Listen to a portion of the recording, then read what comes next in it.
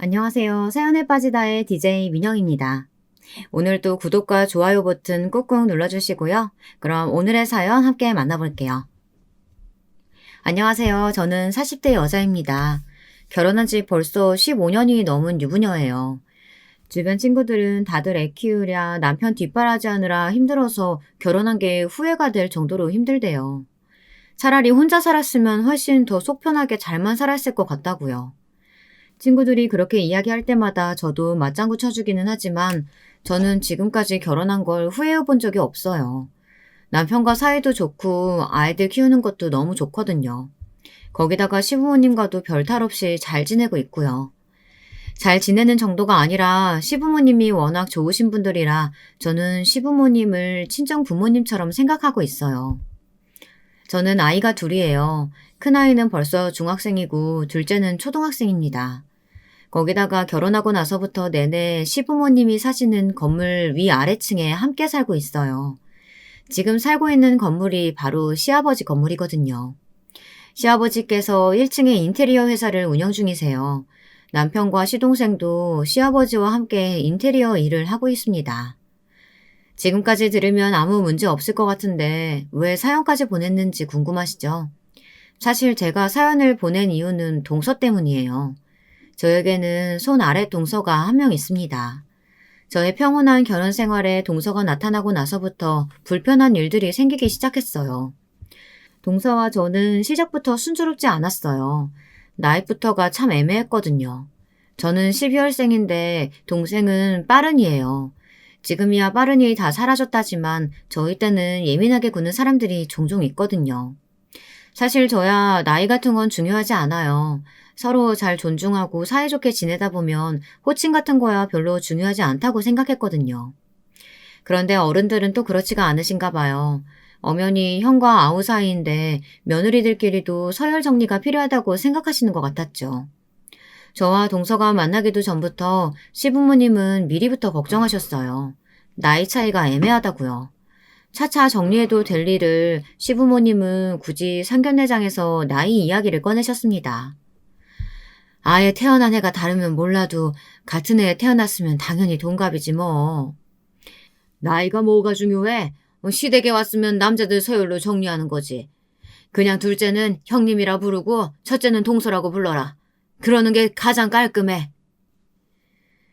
시부모님이 그렇게까지 말씀하시니 저도 상견례 자리에서는 별다른 이야기 없이 그냥 웃어넘겼습니다.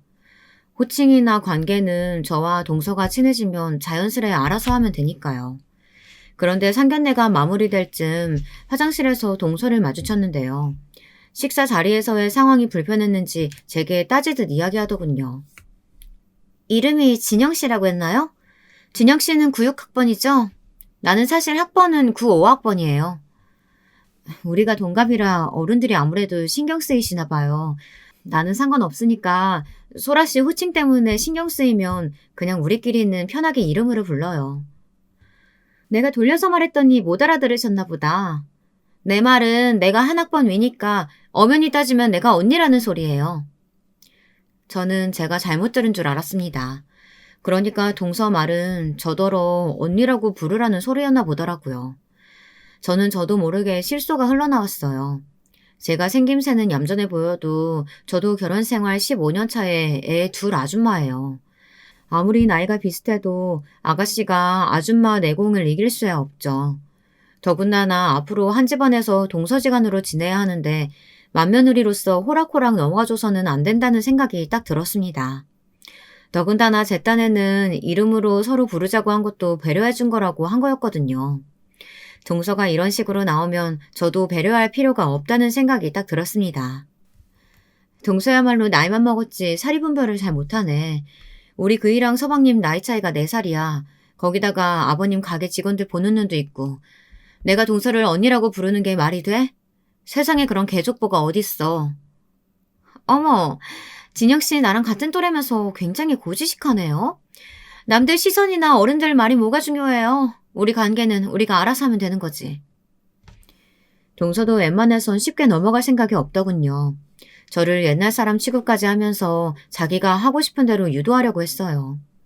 그래봐야 저는 동서를 절대 언니라고 부를 생각이 없었습니다. 어찌됐든 시작부터 감정이 상해봐야 좋을 게 없으니 저는 애써 좋게 좋게 넘어가려고 한 발 물러섰습니다. 아직 식장에도 안 들어갔는데 벌써 나인이 호칭이니 말하는 것도 웃기네요. 식 올리고 차차 정리하도록 하죠. 제 말에도 동서는 대꾸 없이 화장실을 나가버렸습니다. 뒤도 돌아보지 않고요. 저는 시작부터 뭔가 찜찜한 게 동서와 잘 지낼 수 있을까 신경이 쓰였습니다. 역시나 첫인상부터 남달랐던 동서는 결혼하고도 별반 다르지 않았어요. 전혀 저와 잘 지낼 생각이 없어 보였습니다. 결혼과 동시에 동서도 저희 아랫집으로 들어왔어요. 그러다 보니 싫어도 매일 마주치다시피 했습니다. 일주일에 몇 번씩 마주치는데도 동서는 절대 저를 먼저 부르지 않았어요. 눈이 마주쳐도 인사 한 번을 제대로 안 하더라고요. 게다가 어른들 앞에서는 교묘하게 여우짓을 하더군요. 저와 둘이 있을 때는 일절 말도 안 걸고 무시하면서 그나마 시부모님이 계시면 호칭 없이 존댓말로 말을 하긴 하더라고요. 그랬으니 시부모님도 별다르게 이상한 점을 느끼지 못하셨어요. 처음엔 저도 그런 대로 지낼만 했어요. 서로 굳이 후칭을 부르지 않아도 불편한 게 없었거든요. 거기다가 어차피 제가 손윗사람인데 동서랑 신경전을 해봐야 결국은 제가 이기는 싸움이라고 생각했습니다. 그런데 시간이 지날수록 겪다 보니 동서가 아주 보통이 아니더군요. 어느 날이었습니다. 시부모님 댁에서 함께 저녁을 먹고 동서와 둘이 주방에서 설거지를 하고 있었어요. 동서가 갑자기 미안하다고 사과를 하더군요. 상견례 날 제게 괜한 말을 했다면서요. 저는 당연히 제게 나이 운운하며 이야기한 게 미안해 그러는 줄 알았더니 그게 아니더군요. 우리 그이한테 들었는데 대학 안 나왔다면서요? 진작 말을 하지 그랬어요. 그럼 구육학번도 아닌 건데. 내가 학번이 위라는 둥 언니라는 둥 그런 소리는 안 했을 거 아니에요. 동서, 사람 되게 웃긴다. 내가 동서한테 언제 대학 나왔냐고 말한 적 있어? 동서 멋대로 판단해놓고 왜 사람 꼴을 이상하게 만들어? 어머, 진혁 씨야말로 사람이 미안해서 먼저 사과하는데 꼭 그런 식으로 받아들여야겠어요? 아, 혹시 대학 못 간 거에 대해 자격지심 같은 거 있어요? 동서, 말 좀 가려서 해. 누가 자격지심 부렸다고 이래? 저는 대학을 가지 않았습니다. 학창시절 이런저런 일을 겪으면서 대학을 진학하지 않고 바로 호텔에 취직했어요. 제가 먼저 동서한테 몇 학번이라고 말한 것도 아닌데 나이 이야기를 하다 동서 멋대로 학번 이야기를 한 거면서 마치 제가 속이기라도 한 것처럼 구는데 어이가 없었습니다. 자격지심은 무슨, 동서야말로 나한테 고지식하다고 하더니만 이제 보니까 동서가 오히려 나이니 학벌이니 이런 거 되게 따지는 사람이었네. 본인보다 어리거나 학벌 별로면 혼자 막 우월의식 느끼고 그러는 사람이었나 봐. 수준이 비슷하기라도 해야 뭐 우월의식도 느끼는 거죠. 아예 급 자체가 안 맞는 사람이랑 굳이 뭘 비교하겠어요? 아이고, 그깟 대학 좀 나왔다고 잘난 척은. 어쨌든 내가 동서보다 손이 동서니까 앞으로 무조건 형님이라고 불러. 지금처럼 호칭 안 부르고 애매하게 굴면 나도 더는 못 참아. 바로 시부모님께 말씀드릴 거야.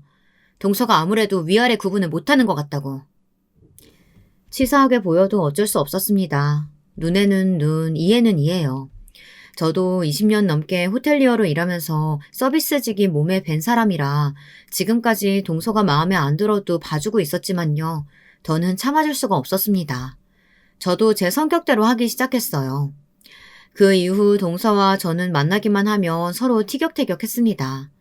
한 건물에 살면서 오며 가며 자주 보다 보니 다툴 일도 많았습니다. 제가 그렇게 말했는데도 동서는 저를 형님이라고 부르지 않았습니다. 꼬박꼬박 진영씨, 진영씨 하면서 이름을 불렀어요. 그러다 보니 저도 동서에게 적대적일 수밖에 없었습니다.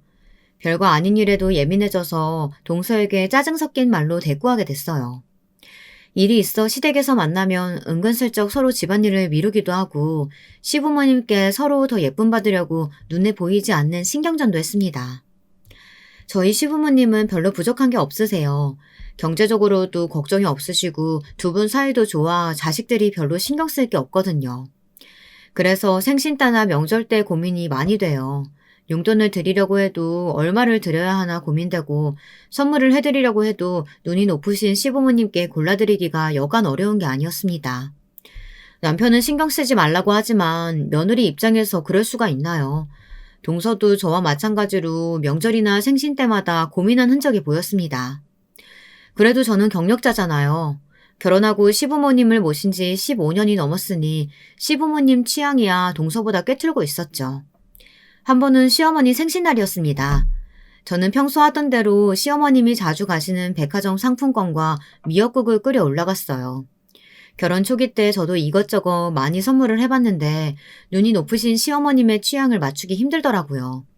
비싸고 좋은 걸 다 사드려도 당신 취향이 아니라고 꼭 바꾸러 가시길래 몇 년 전부터는 아예 상품권으로 드리기 시작했습니다. 거기다가 제가 결혼하고 첫 시어머니 생신 때 미역국을 끓여드렸는데 그때 시어머니께서 너무 좋아하셔서 줄곧 미역국은 제가 끓여다 드렸어요.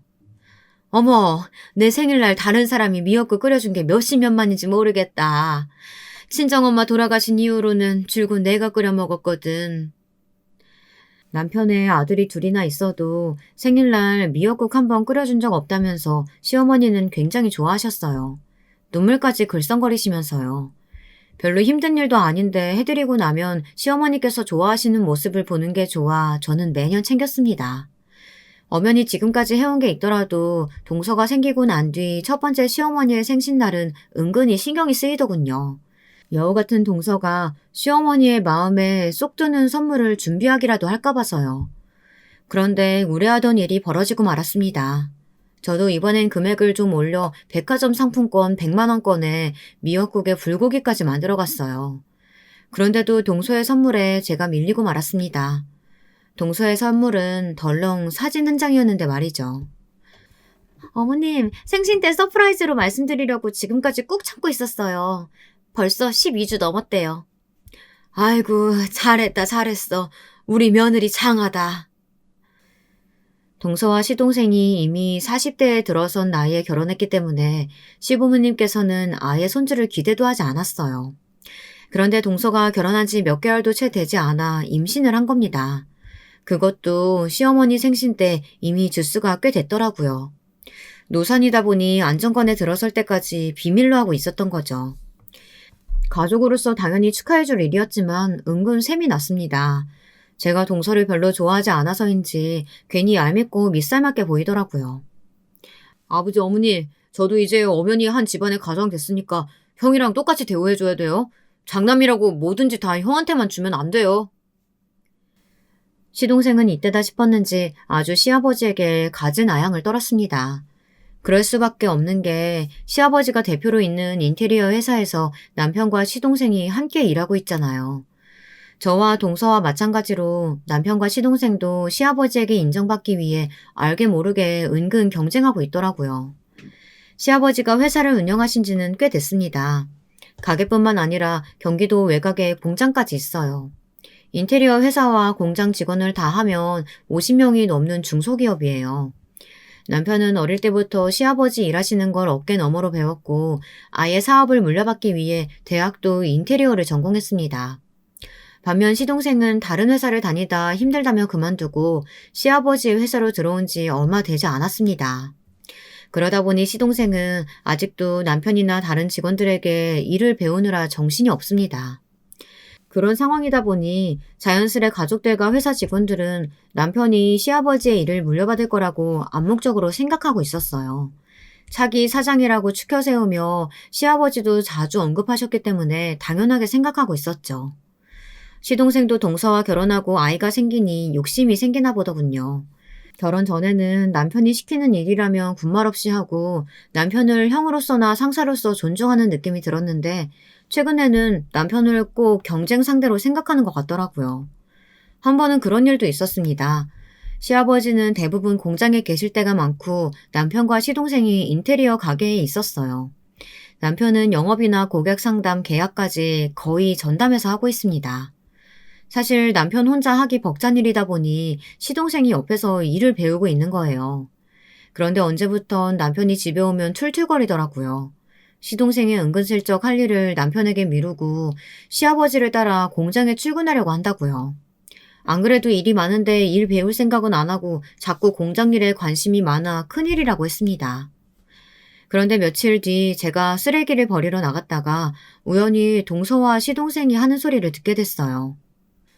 당신이 하도 우겨서 아버지 따라 공장 나가기는 하는데 공장 나가면 시끄럽고 먼지만 풀풀 날려. 거기다가 가봐야 내가 할 일이 없다니까. 괜히 직원들 눈치만 보이고 아버지한테 하루 종일 잔소리만 들어서 진짜 너무 힘들어. 그냥 형이랑 편하게 사무실에 있으면 안 돼? 자기야, 인테리어 사무실에서 힘들게 매일 영업 뛰고 계약 따와봐야 뭐해. 그래봐야 평생 아주버님 밑에서 일해야 되는데. 평생 안정적으로 일하면 좋지 뭐. 자기가 이렇게 세상 물정을 모른다니까. 당신은 인테리어의 인자도 잘 모르잖아. 조금 있으면 우리 아기도 태어나는데 평생 아주버님 밑에서 매달 월급 받는 월급쟁이로 살 거야? 공장 땅 그거 다 아버님 거라며. 아버님 옆에서 살랑살랑 애교 좀 떨어가지고 그 땅 팔고 건물 올리시라고 해. 편하게 임대료 받고 살자고.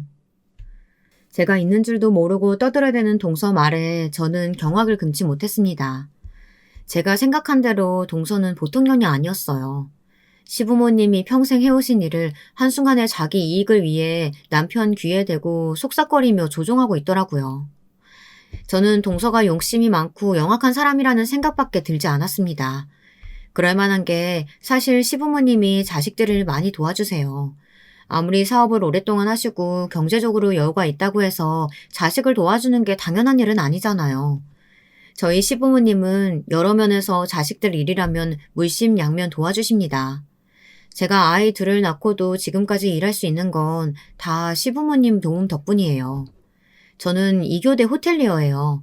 밤샘 근무를 할 때도 있어서 사실 아이 낳고 나서 하기에는 쉬운 일은 아니었죠.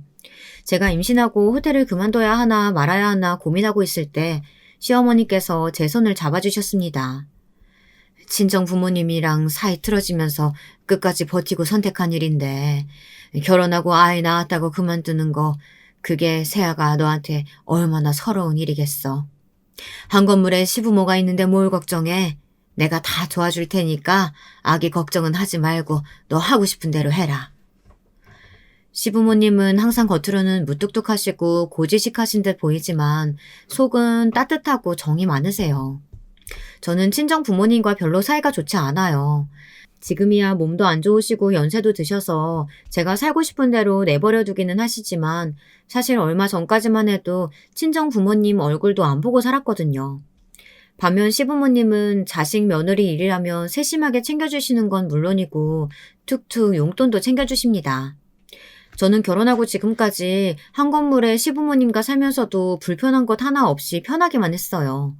시부모님 덕분에 많은 걸 배우기도 했고요. 꼭 피를 나눈 가족만이 가족이 아니구나. 서로 마음으로 위하고 챙기다 보면 진짜 가족보다 더 훨씬 소중한 가족이 되기도 하는구나. 이런 생각이 절로 들 정도로 시부모님이 좋았습니다. 그런 시부모님을 이용하려는 동서가 저는 마음에 들지 않았습니다.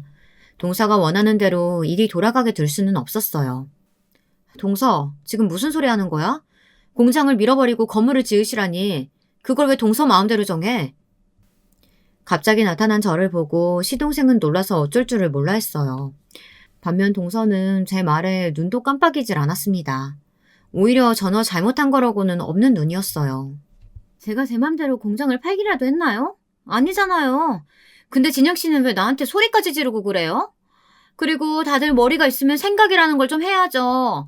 그 큰 땅에 굳이 힘들게 공장 돌리면서 벌어봐야 직원들 월급으로 다 나가는데 뭐하러 우리 때까지 힘든 사업을 해요? 건물 하나 세우면 대대로 편하게 먹고 살 수 있는데.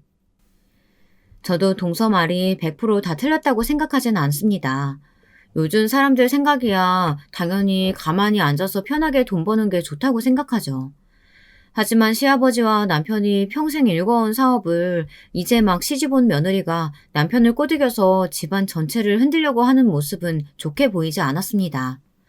시동생이 시아버지에게 공장을 팔고 건물을 세우자고 말했다가는 시아버지께서 난리를 치시며 시동생에게 엄포를 놓으실 게 뻔하거든요. 동서는 이제 막 시집와서 우리 시부모님이 어떤 분들인지도 잘 모르는 것 같은데 시부모님 두 분 다 공장 직원들 진짜 가족처럼 생각하시는 분들이야. 당신들 좀 편하게 살자고 그 직원들 다 해고하고 내보내실 분들 절대 아니라고. 그러니까 행여 어머님 아버님 앞에서 괜한 소리 하지 마. 저 딴에는 정말 동서를 생각해서 해준 이야기였습니다. 혹시나 시부모님 앞에서 실수할까 봐서요. 그런데 기가 막힌 건 동서는 제 말을 아예 귀뚱으로도 듣지 않았다는 겁니다. 진영 씨는 나이를 도대체 어디로 먹었어요? 나랑 또래면서 그렇게 세상을 몰라요? 하긴 남들 다 대학 갈 때 대학도 안 가고 일찍부터 호텔에서 남들 뒤치다꺼리 하면서 힘들게 돈 벌어서 살아왔으니 노동으로 인해 버는 돈이 세상에서 제일 값지다고 생각하겠죠. 근데 어쩌죠? 세상은 절대 그러지 않거든요. 지금이라도 정신 좀 차리세요. 애들이 뭘 보고 배우겠어요. 동서는 제 충고에도 본인 말이 다 맞는다고 우겼습니다. 그러든지 말든지 저는 신경도 안 썼어요. 동서 같은 부류의 사람이라면 제가 제일 잘 알아요. 아주 어릴 때부터 가까운 곳에 있었거든요. 사실 저희 친정 부모님이 딱 동서 같은 사람들이에요. 제가 그로 인해 아주 힘든 어린 시절을 보냈기 때문에 잘 알고 있습니다. 제 큰아이는 중학생인데도 피아노 학원만 다니고 있고요.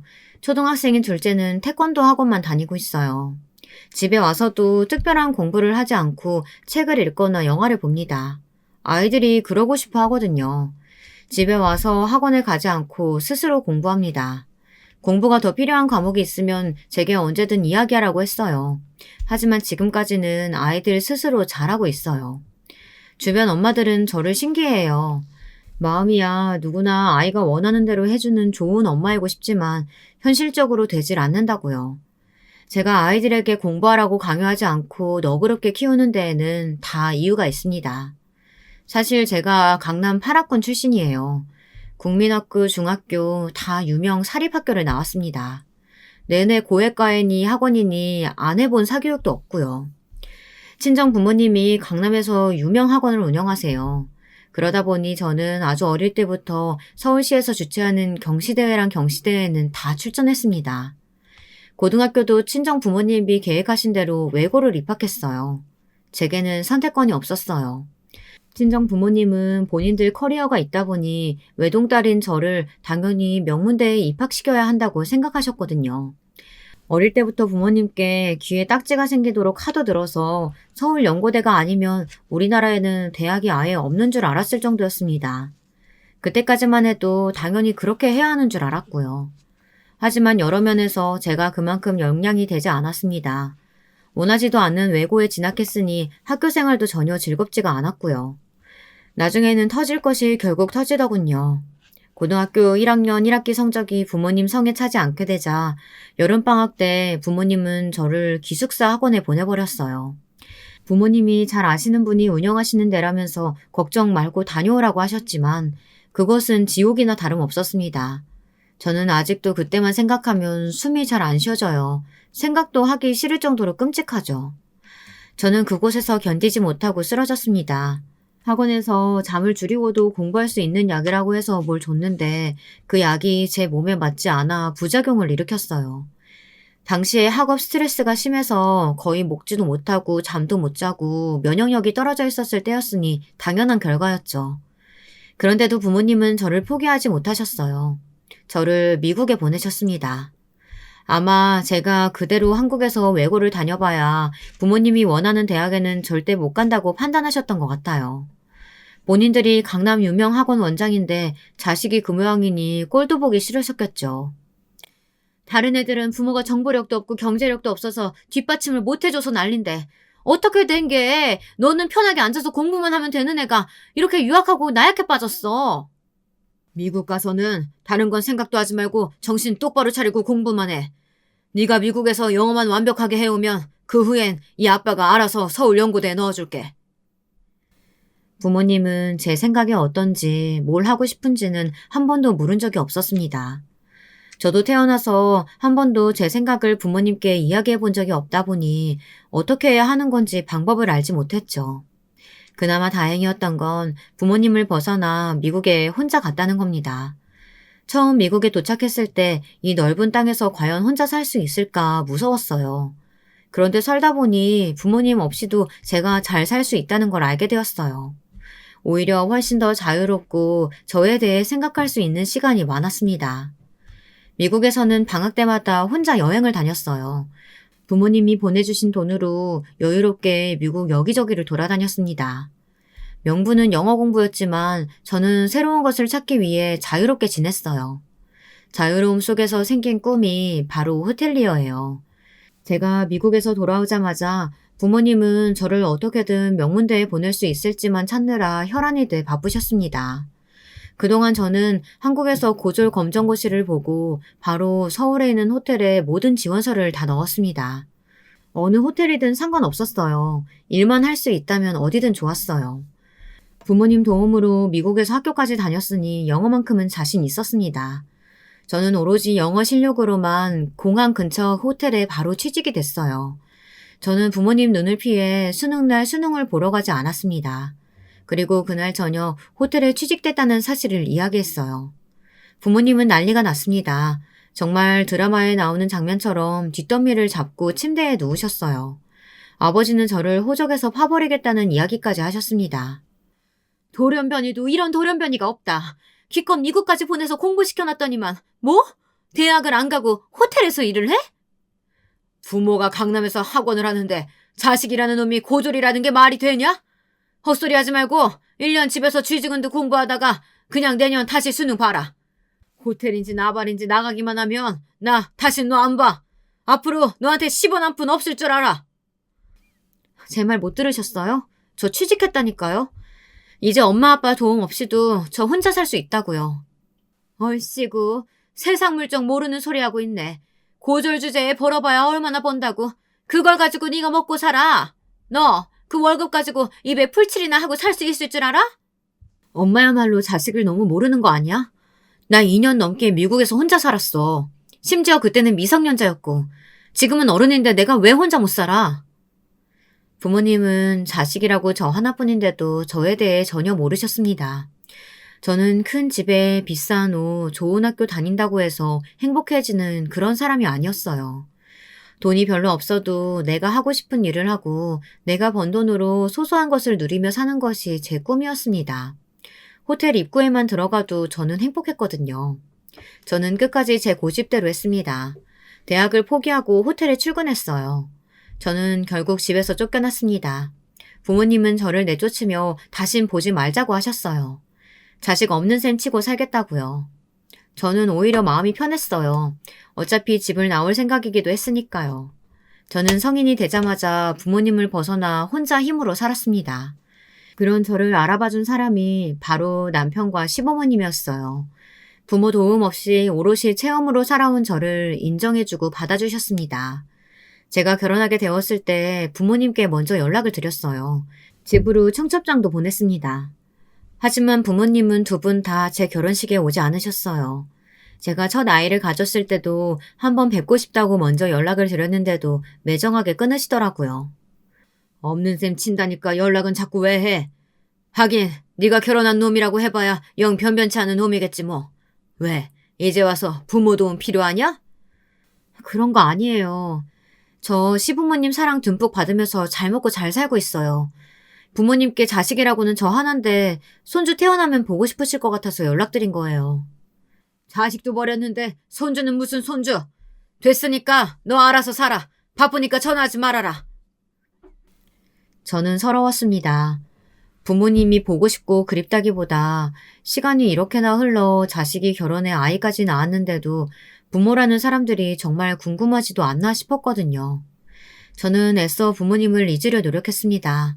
저도 부모님 없는 셈 치고 살자 싶었죠.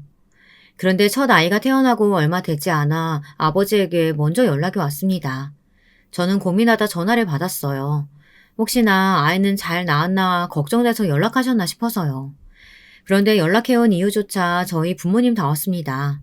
글쎄 어머니께서 말기 신부전증이라는 수술을 당장 받아야 하는데 어머니가 아버지와는 신장이 맞지 않아 수술할 수가 없대요. 핏줄이라고는 저 하나뿐이니 저에게 검사를 받아줄 수 있냐고 하시더라고요. 처음에 연락을 받았을 땐 화가 났어요. 결혼한다고 했을 때도 아이를 가졌다고 했을 때도 축하한다는 말 한마디 안 하신 분들이 저에게 이제와 신장을 내놓으라뇨. 그날 밤 저는 남편과 시부모님과 상의했어요. 시부모님과 남편은 언제나처럼 제 생각을 지지해 주겠다고 하셨습니다. 저는 고민 끝에 검사를 받았습니다. 우선 검사를 받아봐야 수술을 할 수 있을지 없을지 아니까요. 솔직한 마음으로는 신장이 맞지 않기를 바랬습니다.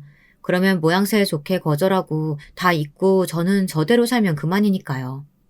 그런데 하늘도 무심하시지 저와 어머니의 신장이 맞았습니다. 그 사실을 알게 된 아버지는 제 앞에 무릎을 꿇고 앉아 펑펑 우셨어요. 내가 잘못했다. 그동안 우리 딸 부모도 없이 많이 고생했지. 우리가 나이만 먹었지 세상을 너무 몰랐어. 네가 원하는 대로 살아도 잘만 사는 걸 우리 기준에 맞추려고 널 너무 힘들게 했다. 그러니까 제발 네가 우리 좀 도와줘라. 네 엄마는 살리고 봐야 되지 않겠니? 아버지의 사과가 진심이라고 믿지는 않았어요. 제가 아는 아버지라면 어머니를 살리기 위해 어쩔 수 없이 제 앞에서 무릎을 꿇으신 거라는 생각밖에 들지 않았습니다. 여러분들이라면 어떻게 하시겠어요? 당신들의 기준에 맞지 않는 자식이라면서 내치고 버린 부모에게 신장을 주실 수 있으시겠습니까? 저는 고민 끝에 어머니에게 신장을 드렸습니다. 평생 후회하기 싫어서요. 어머니 아버지가 저를 사랑하든 사랑하지 않든 저는 부모님을 사랑합니다. 그 사실만은 너무도 명확한데 제 잠깐의 분노와 복수심으로 인해 신장을 드리지 않을 수는 없었어요. 그러다가 어머니께서 돌아가시기라도 하면 제가 너무 힘들 것 같았거든요. 제 아이들 얼굴을 똑바로 볼 수 없을 정도로요. 다행히 수술은 잘 끝났고 어머니와 저 무사히 잘 지내고 있습니다. 걱정했던 것과는 다르게 저도 금방 회복돼서 둘째도 나왔으니까요. 그 이후로 친정 부모님과는 다시 연락이 되어 왕래를 하며 지내고 있습니다. 친정 엄마가 회복되시고 나서 바로 시부모님도 함께 만났어요. 물론 친정 부모님은 제가 알던 모습과 별반 다르지 않았습니다. 시부모님을 뵙자마자 무슨 일을 하시는지부터 물어보시고 남편에게도 무슨 대학을 나와 어떤 일을 하는지 물어보셨어요. 시부모님의 대를 이어 인테리어 사업을 한다고 했을 때 갸웃하시다가 직원이 50명이라고 하자 아주 한바구음을 지으셨습니다. 그래도 나중에는 친정부모님께서 시부모님께 머리 숙여 감사하다고 인사하셨어요. 식사 자리에서 시부모님께서 저를 먼저 챙기고 친자식처럼 대해주시는 모습을 보고 부모님께서 많은 생각을 하셨다고 하더라고요. 당신들은 친부모인데도 왜 조금 더 너그러운 마음으로 저를 대하지 못했는지 후회가 되신다고요. 제가 많은 나이는 아니지만 저도 쉽지 않게 살아온 40년이었습니다. 그런 와중에 저희 가족에 대해 1도 모르는 동서가 갑자기 나타나 집안을 마음대로 흔들어 놓는 꼴은 그냥 봐줄 수가 없었어요. 저는 남편에게 동서와 시동생이 나누던 이야기를 그대로 전달했습니다. 시부모님께는 말씀드리지 않았어요. 여우 같은 동서 정도야 저와 남편 선에서 정리할 수 있을 줄 알았거든요. 그런데 동서는 생각보다 훨씬 더 교활했습니다. 쓰레기장에서 만난 이후 동서는 대놓고 저를 모른 척했어요. 계단을 오르내리다가 만나도 눈도 안 마주치고 지나갔습니다. 어쩔 땐 길거리에서 만나도 아예 모르는 사람처럼 지나가더군요. 그래도 초반에는 어른들 눈을 피해 둘만 있을 때 으르렁거리는 정도였는데 시간이 지날수록 동서의 행동이 지나쳐 결국 시부모님 앞에서까지 싸우게 되고 말았습니다. 동서가 또 말도 안 되는 소리를 했거든요. 혹시 공장 못 팔게 하려는 게 아주버님이 장남이라고 나중에 혼자 다 꿀꺽하시려고 그러는 거 아니죠? 온 가족이 모인 명절날 힘들게 전까지 다 붙이고 뒷정리를 하려고 일어나는데 동서는 굳이 베란다까지 따라와 어처구니 없는 소리를 하더군요. 내가 동서랑 같은 줄 알아? 시부모님이 지금 연세까지 힘들게 일하시는 거 보면서 동서는 느끼는 것도 없어? 느끼는 거 많죠. 하루라도 빨리 공장 팔아서 그 땅에 건물 올리면 평생 편하게 쉬실 텐데 왜 사서 고생하시나 싶죠. 이게 다 무슨 소리야? 공장 땅을 팔아서 뭘 어째? 저도 모르게 언성이 높아져 밖에 계시던 어른들까지 저희 이야기를 듣고 말았습니다. 결국은 동서의 말도 안 되는 허튼 계략이 시아버지에게 들키고 말았어요. 동서의 말에 시아버지는 노발대발 화가 나셨는데도 동서는 전혀 자신이 뭘 잘못했는지를 몰랐어요. 건물 지어서 세 받으면 훨씬 더 유복한 노년이 될 텐데 왜 그러시냐고 한마디를 더 하더군요. 시아버지는 결국 동서에게 소리를 지르며 엄포를 놓으셨습니다. 둘째, 너 아무리 철이 없어도 그렇지 어떻게 시부모님 앞에서 땅이니 노우니 그런 소리를 아무렇지 않게 떠들어? 왜 둘째, 너 무슨 돈 필요하냐? 시아버지는 동서가 하는 소리가 도무지 이해가 되질 않아 따질 듯 물으신 거였는데 동서는 오히려 그 틈을 파고들었습니다. 뭐 꼭 돈 때문만은 아니고요. 사실은 우리 준서 조금 있으면 유치원 옮겨야 되는데 이 동네는 영어 유치원이 마땅치 않잖아요. 동서는 생각지도 못한 소리를 꺼냈습니다. 시아버지의 공장 땅 이야기를 하다가 갑자기 자기 아들 유치원 이야기를 꺼냈어요. 그러더니 하는 소리가 꼭 영어 유치원을 보내고 싶다네요. 그것도 강남에 있는 영어 유치원을요. 저는 슬슬 일그러지는 시아버지의 표정이 걱정돼 애써 동서를 말렸습니다. 영어 유치원을 보내고 싶으면 이 동네에서 알아보면 되지 뜬금없이 강남 이야기는 왜 꺼내냐고요. 그랬더니만 동서는 한술 더 떴습니다. 이 동네 사실 좀 구리잖아요. 학군도 너무 안 좋고요. 저는 하나만 낳아서 잘 키우자라 형님처럼 이런 구질구질한 동네에서 애 키우고 싶지 않아요. 뭐야? 이게 보자 하니까 며느리라고 대충 봐주고 넘어가려고 했더니 아주 머리에 든 게 없구나. 시부모가 평생 살아온 동네 가지고 뭐? 구질구질? 우당탕탕 화가 난 시아버지께서 결국 참지 못하시고 명절날 상을 엎어버리셨습니다. 그 일로 동서는 결국 시댁에서 나가버렸어요. 시아버지가 무서워서 도저히 한 건물에 못 살겠다고 조카를 데리고 친정으로 가버렸습니다. 시아버지는 아직 화가 안 풀려 그런 며느리 필요 없다고 하셨지만 시어머님은 걱정이 이만저만이 아니셨어요. 기껏 장가간 노총각 아들이 처자식한테 버림받고 혼자 살 지경에 이르렀으니까요. 시어머니는 시동생을 동선의 친정으로 보내셨습니다. 당장 데리고 오라고요. 그리고 시아버지에게도 동서에게 사과하라고 시키셨습니다. 아무리 그래도 며느리 앞에서 상까지 엎어버리고 머리에 든 거 없다고 소리 지르면 어떡해요. 당신 그 고약한 성질머리 때문에 아들 이혼이라도 시킬 거예요? 시어머니의 으름장에 시아버지도 별 수 없었습니다. 시어머니의 말이 틀린 말은 아니니까요. 그런데 일이 이상하게 흘러갔습니다. 잘못한 건 잘못한 거고 사과할 일은 사과하면 그만인데 시아버지께서 소리 좀 질렀다고 그걸 꼬투리 잡아 결국 강남으로 가겠다고 하더군요. 아버님, 요즘은 엄마들 사이에서 유행하는 말이 뭔지 아세요? 애 성공시키려면 엄마의 정보력과 아빠의 무감심, 시아버지의 경제력이 필요하다고요. 혹시 알아요? 아버님이 우리 아들 지원 빵빵하게 도와주시면 우리 아들 판검사 될지? 동서는 바로 얼마 전 시아버지에게 된통 혼나놓고도 배운 게 없는지 또 말도 안 되는 소리를 해댔습니다. 동서는 아예 대놓고 시아버지에게 강남에 집을 하나 구해달라고 했어요. 그러면서 영어 유치원까지 보내달라고 하더군요. 옆에서 듣고만 있던 시동생도 민망했는지 동서에게 그만하라고 말리는데도 동서는 아랑곳하지 않았습니다. 당신은 잠자코 있어. 우리 아버님 완전 능력자신데 좀 도와주시면 좋잖아. 그쵸, 아버님? 아버님도 손주 판검사 되면 좋으시잖아요. 동서 아들 판검사 만들고 싶으면 동서가 벌어서 만들어야지. 그걸 왜 아버님더러 해달래? 아주 몸을 베베 꼬며 알랑방귀를 끼는데 그 모습이 아주 꼴도 보기 싫더군요. 형님이 왜 우리 집 일에 신경 써요? 형님이야 고등학교 나와서 대충 살다 시집왔으니까 모르겠지만 우리 애들이 커서 살아갈 세상은 그렇게 호락호락하지 않거든요? 우리 애들은 형님네 애들처럼 안 키울 거라고요. 동서는 제게 형님이라고 부르기 싫었지만 억지로 했어요. 거기다가 동서와 저는 아예 말도 통하질 않았습니다. 제 지난 과거를 시시콜콜 동서에게 이야기하고 싶지 않아 신경을 끄기로 했습니다. 그러더니만 시아버지께서 안 도와주시면 강동구에 사시는 친정에 들어가서라도 애를 강남에 있는 영어 유치원에 꼭 보내겠다네요. 시동생을 혼자 이 집에 두고요. 기가 차고 어이가 없다가도 제 어릴 적 생각이 나서 조카가 안쓰러웠습니다. 동서도 저희 친정 부모님처럼 나중에 후회할 게 뻔해 보이기도 했고요. 동서는 물러설 생각이 없어 보였습니다.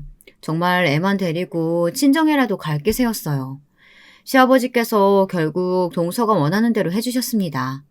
이러다간 40 넘은 아들이 졸지에 처자식 없이 혼자 살게 될지도 모르니 들어줄 수밖에 없었죠. 그래, 내가 강남에 전셋집 하나는 구해줄게.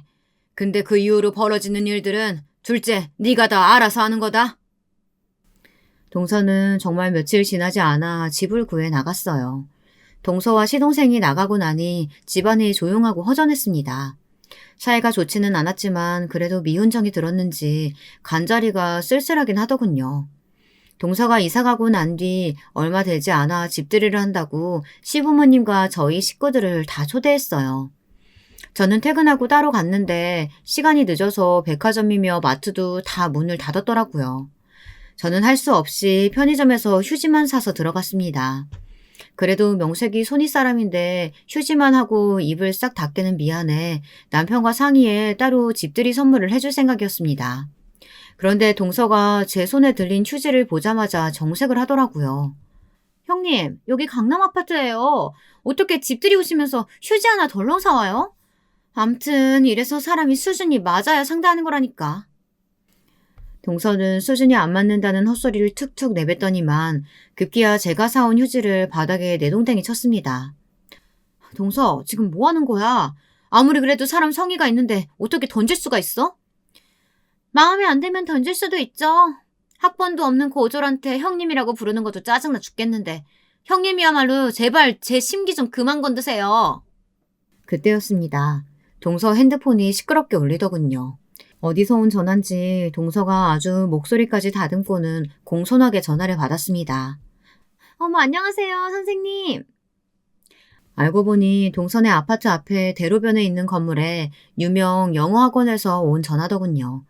영어 유치원도 모자라 조카를 영어학원에 보내려고 대기를 걸어놨는데 그게 잘 안 됐는지 동서 얼굴이 안 좋았어요. 저는 짜증을 내며 씩씩거리는 동서에게 그 영어학원에 그렇게 보내고 싶냐고 물었어요. 조카가 아직 나이도 어린데 굳이 학원까지 보낼 필요가 있느냐고 물었습니다. 그러자 동서가 저를 향해 코드숨을 치더군요. 제게 네가 뭘 하냐는 식으로요. 저는 그런 동서에게 보란 듯 더 크게 웃어 보였습니다. 내가 그 영어학원 들어갈 수 있게 도와줘? 제 말에 동서가 아주 배꼽까지 잡고 웃더군요. 저기요, 이 영어학원이 무슨 학원인지는 알고 얘기하는 거예요? 저도 여기 들어가려고 학원 선생님들 정보까지 다 알아봤는데도 인맥 없어서 못 보내고 있는데 형님이 무슨 수로 도와준다고 그러는 거예요? 동서가 말한 그 학원 있는 빌딩이 바로 내 거야. 제 말에 동서는 혀를 끌끌 찼습니다. 저더러 제정신이냐면서요. 둘째, 너 내가 큰애한테 말 조심하라고 했지? 그리고 네가 뭘 모르나 본데 저 앞 저 건물 큰애 건물 맞다. 그래, 큰애 친정 부모님이 몇 년 전에 증여해준 건물이잖아.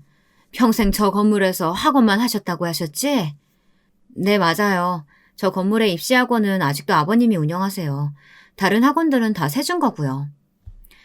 그제야 믿기는지 동서는 눈동자를 이리저리 굴리더니만 어쩔 줄 몰라 했습니다. 그러더니 개거품을 물면서 저에게 달려들었어요. 말까지 더듬으면서요. 정말이에요? 저 건물주가 형님이라고요? 말도 안 돼. 동서는 속고만 살았어? 왜, 고졸은 건물 갖고 있으면 안 되니? 그 건물이 바로 저희 친정 부모님께서 갖고 계시던 입시학원 건물이에요. 몇 년 전 신장 수술을 받으신 아버지도 느끼신 것이 많았는지 저에게 지난날의 일들을 사과하고 싶으시다며 건물을 증여해 주셨어요. 저는 괜찮다고 몇 번이나 거절했지만 부모님은 완강하셨어요. 그래야 마음의 빚이 사라질 것 같다고요. 그래서 제가 갖게 된 건물인 거죠. 저렇게 큰 건물이 있는데 왜 호텔에서 아직도 일하세요? 저 건물에서 나오는 새만 해도 장난 아닐 텐데. 동서 말이 맞습니다. 건물에서 나오는 임대료가 꽤 되긴 해요. 동서가 하나는 알고 둘은 모르네. 내 꿈은 집에서 뒹굴뒹굴하면서 새나 받아 쓰는 건물주가 아니야. 그 건물 목 좋은 거 동서도 알지? 나 임대료 받은 거 한 푼도 안 쓰고 차곡차곡 모았어. 돈 모이는 대로 건물 할고 호텔 지을 거야. 내 호텔. 사실 친정 부모님께 건물을 받고 난 뒤 머릿속으로 생각만 하던 일인데 막상 입 밖으로 꺼내니 뭔가 대단한 일 같기는 하더군요. 그 순간 동서 눈빛이 180도 달라졌어요. 그러더니 제게로 다가와 제 손을 덥석 잡더군요. 형님, 너무 멋있어요. 저 앞으로 형님이라고 꼬박꼬박 부를게요. 아니, 제 마음을 다해 존경하고 따르겠습니다. 그러니까 형님의 하나밖에 없는 조카 우리 준서 영어학원 들어갈 수 있게 도와주실 거죠? 동서는 아주 나긋나긋한 목소리로 제 앞에서 아주 꼬리를 살랑살랑 흔들더군요. 한순간 돌변한 태도에 저뿐만 아니라 시부모님, 남편, 거기다가 시동생까지 다들 놀라 혀를 찼습니다. 자기야, 아무리 그래도 그렇지. 너무 속 보이는 거 아니야? 내가 다 형수님 보기 쪽팔린다. 쪽팔릴 게 뭐 있어, 가족끼리. 그쵸, 형님? 하나밖에 없는 동서가 이렇게 부탁하는데 꼭 들어주실 거죠? 저는 동서의 애교에 온몸에 소름이 돋는 것 같았습니다. 저는 고개를 저으며 제 손을 잡은 동서의 손을 세게 뿌리쳤어요. 제가 지금까지 동서에게 받은 무시와 멸시가 있는데 이대로 쉽게 넘어가 줄 수는 없었죠. 뭐래? 동서가 뭐가 예쁘다고 내가 동서 부탁을 들어줘? 형님, 저 알고 보면 애교도 많고 언니들한테도 되게 잘하는 스타일이에요. 제가 형님을 진짜 언니처럼 잘 모시겠습니다. 가관도 이런 가관이 없더군요. 빠른이라고 자기가 언니랄 때는 언제고 건물 좀 있다고 이제 제가 언니라네요.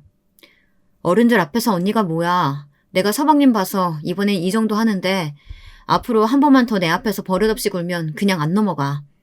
그리고 영어학원은 앞으로 동서가 나한테 하는 거 보고 내가 얘기해줄지 말지 결정할게. 어머, 우리 형님 진짜 너그러우시다.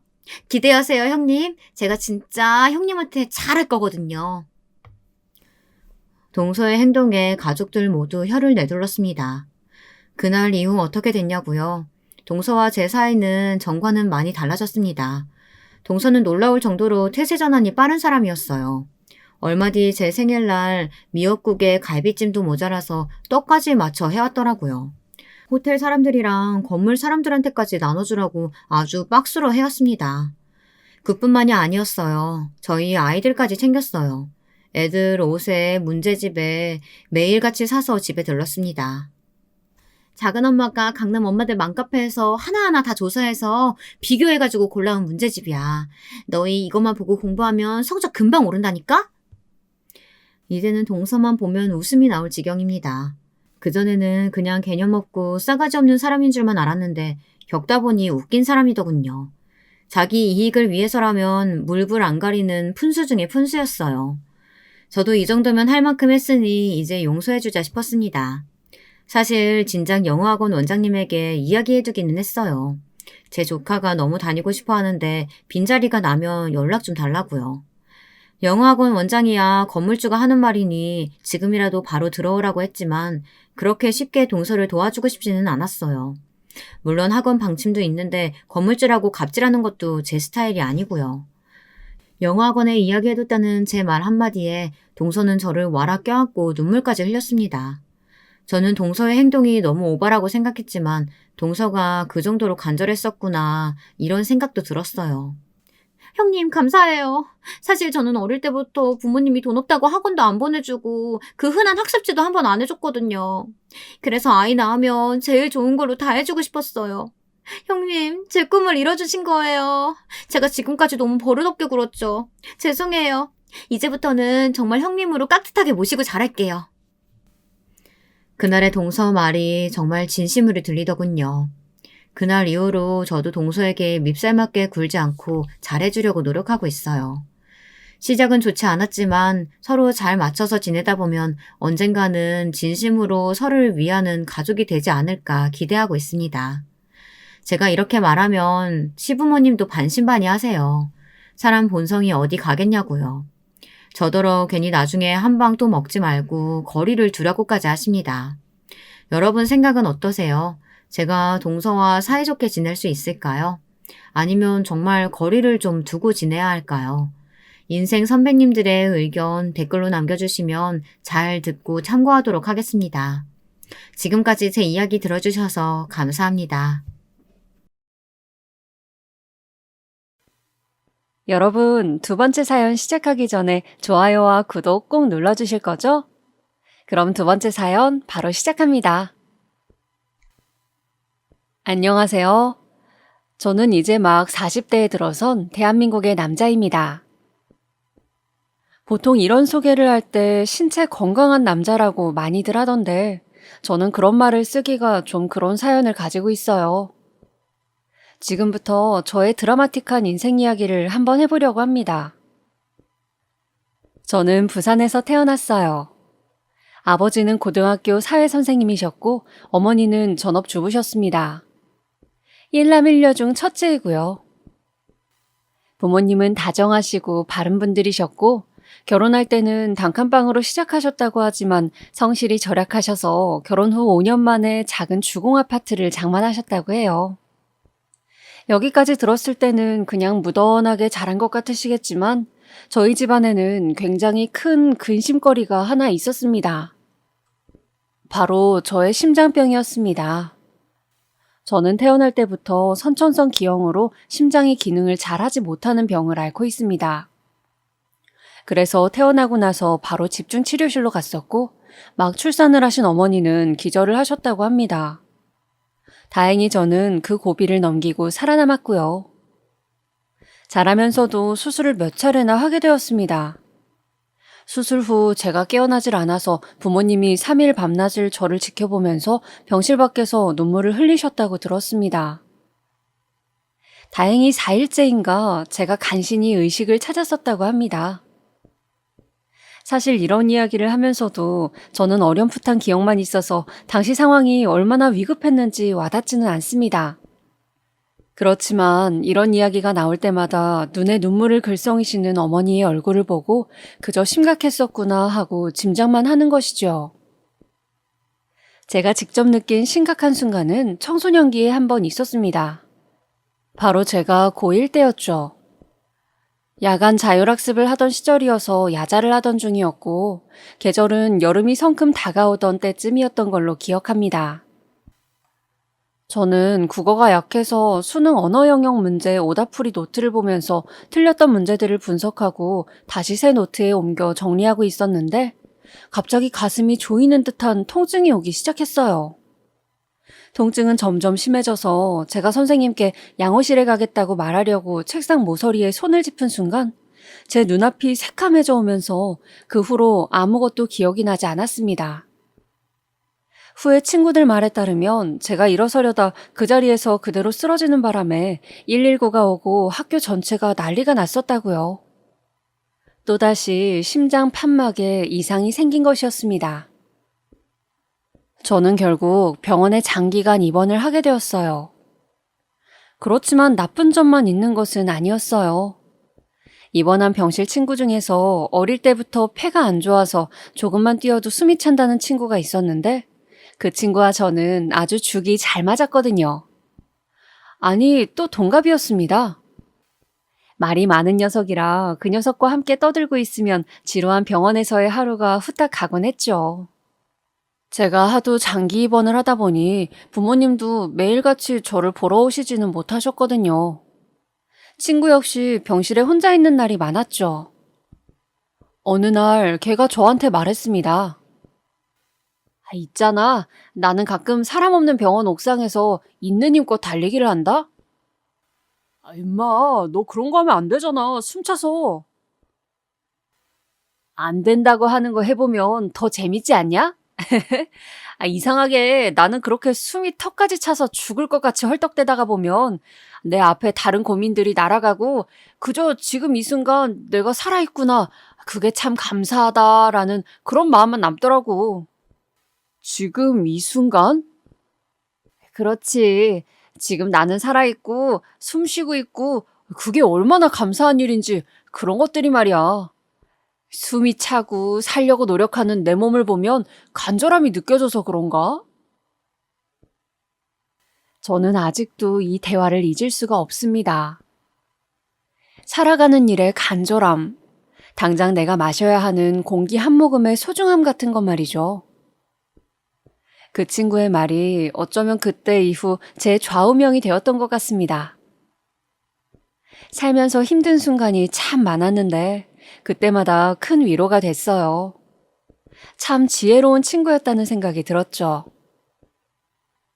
그 녀석은 책을 많이 읽었는데 뭔가 자신이 사회에 보탬이 되는 사람이 되고 싶다고 했어요. 그리고 헐리우드 영화를 보며 항상 사람들을 영웅이 구해내는 장면에서 박수를 쳤죠. 친구는 자신의 꿈은 슈퍼맨처럼 위기 상황의 사람들을 구하는 영웅이 되고 싶다고 했어요. 얼른 이 지겨운 폐병을 이겨내고 온갖 무술로 몸을 단련해서 다른 사람을 구하는 산악구조대나 소방관이 되고 싶다고 했죠. 그래서 항상 영웅이 나오는 영화를 본다면서요. 저는 그런 친구와 함께 길고 지루한 병실 생활을 견뎌냈습니다. 제 인생에서 가장 외로웠지만 돌이켜보면 행복한 시간이었습니다. 아마도 부모님과는 다르게 혈연 관계가 없는 남이지만 나와 가장 영혼이 가까운 사람이었기 때문인 것 같아요. 흔히들 말하는 소울메이트 같은 느낌이요. 그러던 어느 날이었어요. 친구는 자신이 꽤 좋아졌다고 금방 태어날 수 있을 것 같다고 좋아했죠. 나 있잖아. 나가자마자 검도하고 태권도 배울 거다? 너 그러다 몸살 나. 두 개를 어떻게 한 번에 같이 하냐? 아이, 난 할 수 있다니까. 지금까지 병원에 있었던 시간이 아까우니 정말 시간을 아껴 쓸 거야. 나한테 시간이 얼마나 남았는지 모르잖아. 야, 인마, 누가 너 지금 당장 죽는데? 뭔 실없는 소리라냐? 아니, 누가 언제 죽을지 모르니까 말이지. 내 말은. 암튼, 난 나가면 바로 검도랑 태권도 배울 거고, 너랑 수능 100일주도 마실 거다. 알았냐? 수능 100일주? 아, 그건 나도 땡기는데. 엄마, 아빠 몰래 맥주 마실 수 있는 데를 찾아야겠는데? 그렇게 우리는 퇴원 날을 손꼽아 기다리며 이 지긋지긋한 병원을 이제 나갈 수 있겠다고 웃었습니다. 그리고 그 다음날 보통 때와 다름없이 친구의 병실로 향하고 있는데 의사 선생님과 간호사님들이 뛰어다니고 있었어요. 병실에 못 들어오게 하고 한참 동안 난리를 치더니 갑자기 제 친구가 죽었다고 하는 것이었습니다. 저는 너무 당황스러워 어떻게 된 일이냐고 물으니 갑자기 심장마비가 왔는데 체크를 못했다는 것이었어요. 폐하고는 상관없이 위급 상황에 친구는 잠을 자고 있었고 곁에 아무도 없었기 때문에 아무도 심장마비가 온 줄 몰랐다고. 저는 털썩 그 자리에 주저앉아 버렸습니다. 친구는 어제 저한테 유언을 한 것이었어요. 자신이 죽을 것도 모른 채 말이죠. 저는 병실 복도에서 친구의 병실 침대를 보면서 오열을 했습니다. 지석아, 소방관 한다며 이 자식아. 뭐냐, 같이 맥주 마시기로 해놓고 약속도 안 지키는 자식. 너는 임마, 내가 다시 만나면 진짜 죽여버릴 거야. 저기 준영 학생? 이거 지석 학생이 준영 학생 주려고 한 책 같은데 유가족분들이 전해주래요. 간호사 누나가 책을 한 권 저에게 전해주었습니다. 그 책의 제목은 어느 소방관의 기도였습니다. 첫 장을 넘기자 지석이가 적어놓은 짧은 메모가 있었어요. 준영아, 우리 같이 소방관 되는 건 어떨까? 그 글을 보는 순간 참았던 눈물이 또 흘러내렸습니다. 나와 함께 소방관이 되는 걸 꿈꾸면서 이 책을 샀을 텐데 친구는 이제 영영 볼 수 없는 먼 곳으로 가버렸으니까요. 지석이는 왜 이 책을 저한테 주려고 했을까요? 저는 그 책을 보며 지석이를 오래 생각했습니다. 아마도 나는 이런 소방관이 되고 싶었다고 자신의 꿈을 이야기해보고 싶었던 걸까요? 그 후로 저도 사람을 구한 소방관들의 이야기들을 찾아보면서 소방관의 꿈을 키우게 되었습니다. 먼저 간 친구 지석이의 꿈을 제가 이어받고 싶었거든요. 사람을 구하는 직업을 가지고 평생을 살면서 지석이를 기억하고 싶었습니다. 그 후 3개월이 지나 저는 퇴원을 하게 되었습니다. 수술 후 예후가 좋아서 운동을 많이 해도 괜찮게 되었어요. 부모님도 제가 점점 건강해진다고 좋아했습니다. 저도 점점 건강해지는 내 몸이 신기하기도 하고 좋기도 했어요. 수술하고 오래 입원한 것 때문에 저는 20살까지 고등학교를 다녀야 했는데 저 형이 1년 꿇었다더라, 많이 놀아서 사고를 쳤다더라 하는 괴소문에 시달려야 했습니다. 나중에는 웃으며 넘길 정도로 이골이 나서 그런 이야기를 쑥덕거릴 때면 괜히 힘센 척 공포 분위기도 조성해보곤 했었죠. 물론 사정을 아는 친한 같은 반 아이들은 킥킥대면서 웃었지만요. 그래도 저는 씩씩하게 21살에 대학을 합격하고 대학생이 되었습니다. 아파서 좋은 점이라고 하면 군대를 가지 않아도 되는 점이었어요. 제 병 때문에 저는 면제를 받았거든요. 그래서 다른 친구들이 군대에 갔을 때 저는 그 시간을 영어 점수도 만들고 좀 더 스펙을 많이 쌓을 수 있었죠. 소방관의 꿈을 가지고 있었지만 저는 혹시 사람 일은 모른다는 생각에 소방학과를 지원하지 않고 경영학과를 지원했어요. 제가 소방관을 하려고 하니 엄마가 반대를 하셨거든요. 심장병 때문에 마음 졸이며 산 세월이 지금 생각해도 너무 고통스럽고 괴로웠는데 소방관을 하면 말 그대로 언제 죽을지 모르는 것 아니냐면서요. 부모님의 강한 만류로 저는 일단 경영학과를 가서 취업 준비를 하면서 회사를 갈지 아니면 소방관이 되는 시험을 칠지 결정하기로 했습니다. 저는 집에서 대학을 다니지 않고 타 지역에서 대학을 다녔기 때문에 대학생활 내내 자취를 했습니다. 아무래도 자취생이다 보니 각종 아르바이트를 하게 되었죠. 처음에는 요령이 없어 몸쓰는 알바를 무식하게 했습니다. 치킨집 배달도 해보고 식당에서 산더미 같은 그릇을 설거지도 했죠. 그렇게 몸을 무리하게 쓰다 보니 삭신이 쑤시고 너무 몸이 안 좋아지는 기분이 들어서 저는 관공서나 학교에서 하는 아르바이트를 하게 되었습니다. 학교 도서관 사서 일을 보조하는 아르바이트도 하고 또 관공서에서 인구조사원을 모집하는데도 지원을 했습니다. 인구조사라는 것이 돌아다니며 각 가구당 가족수 같은 것이 전입신고되어 있는 기록과 맞는지 확인하는 작업인데 이를 위해서 직접 집집마다 방문을 해서 이를 확인하는 조사원을 정기적으로 모집을 했거든요. 다행히 제가 채용이 되어 저는 인구조사 아르바이트를 하게 되었어요. 이 일은 말 그대로 발품을 파는 일이었어요. 집집마다 문을 두드리고 문을 열어주면 간단하게 인구조사원이라 소개를 하고 조사를 하면 되는데 문제는 문을 안 열어주는 집이 너무 많다는 것이었죠. 또 정부에서 나와서 하는 것인데 잡상인 취급을 한다거나 하는 그런 일들도 많았죠. 그래도 저는 최대한 안 빠뜨리려고 노력하면서 인구조사를 다녔습니다. 나름 잘 산다는 한 빌라촌에서 인구조사를 하던 때였습니다. 3일째 한 집을 허탕치고 있어서 저는 오늘은 꼭 집에 사시는 분을 만나야겠다 싶어 이른 아침에 그 집을 향해 가고 있었습니다. 그런데 누가 무슨 물건을 태우는지 어디선가 매캐한 연기가 날아오는 것 같았어요.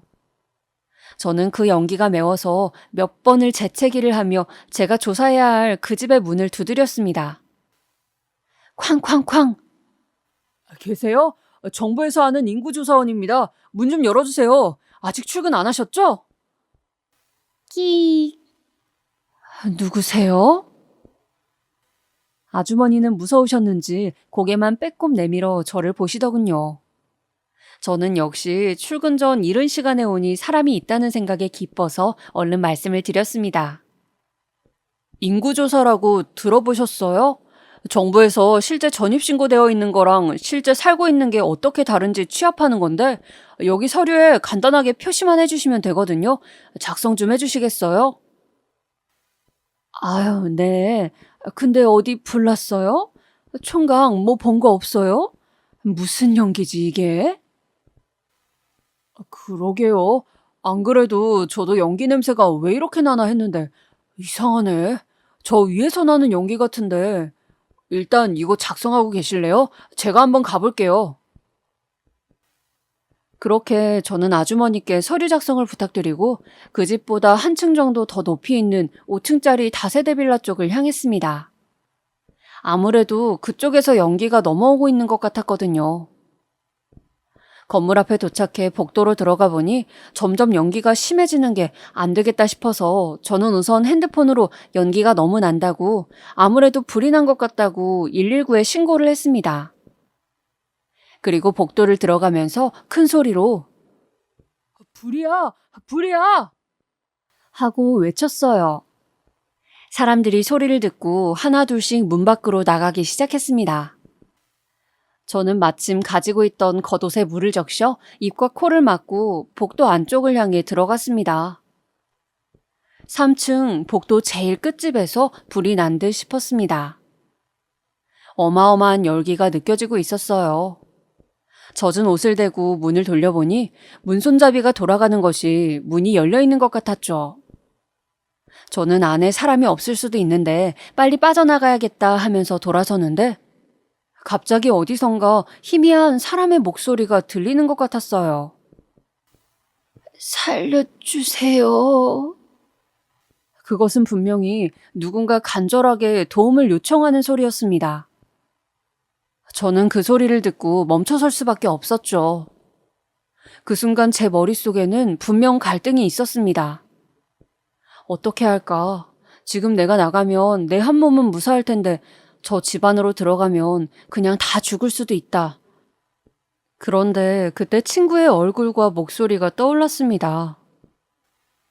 준영아, 나는 위기 상황에서 영웅이 되는 것이 내 꿈이야. 같이 소방관 되지 않을래? 저에게 살아있음의 가치를 알게 해준 저의 소중한 친구, 바로 지석이었습니다. 지석이라면 어떻게 했을까? 지금 이 상황에서.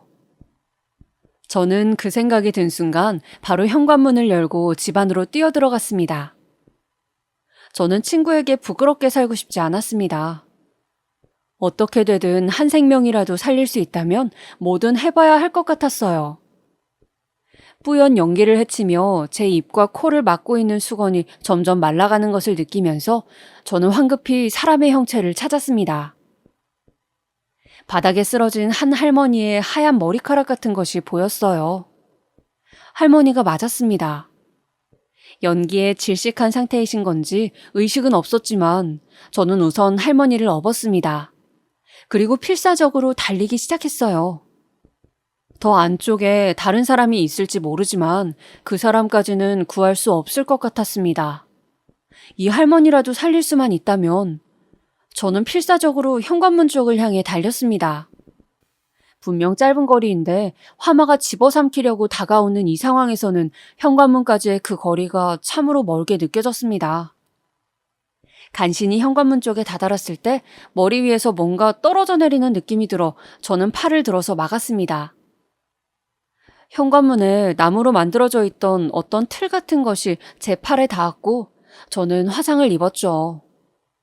그리고 팔에 부딪힌 뜨거운 나무 조각들이 제 얼굴 쪽으로 떨어져 내렸습니다. 저는 얼굴에 뜨거운 느낌이 들었지만 일단 할머니를 데리고 나가야 하기에 필사적으로 밖으로 나갔습니다. 제가 간신히 건물 밖으로 나가자 소방관들이 들어오다가 저를 보고 저와 할머니를 부축해서 대기하고 있던 119 구급차에 태웠습니다.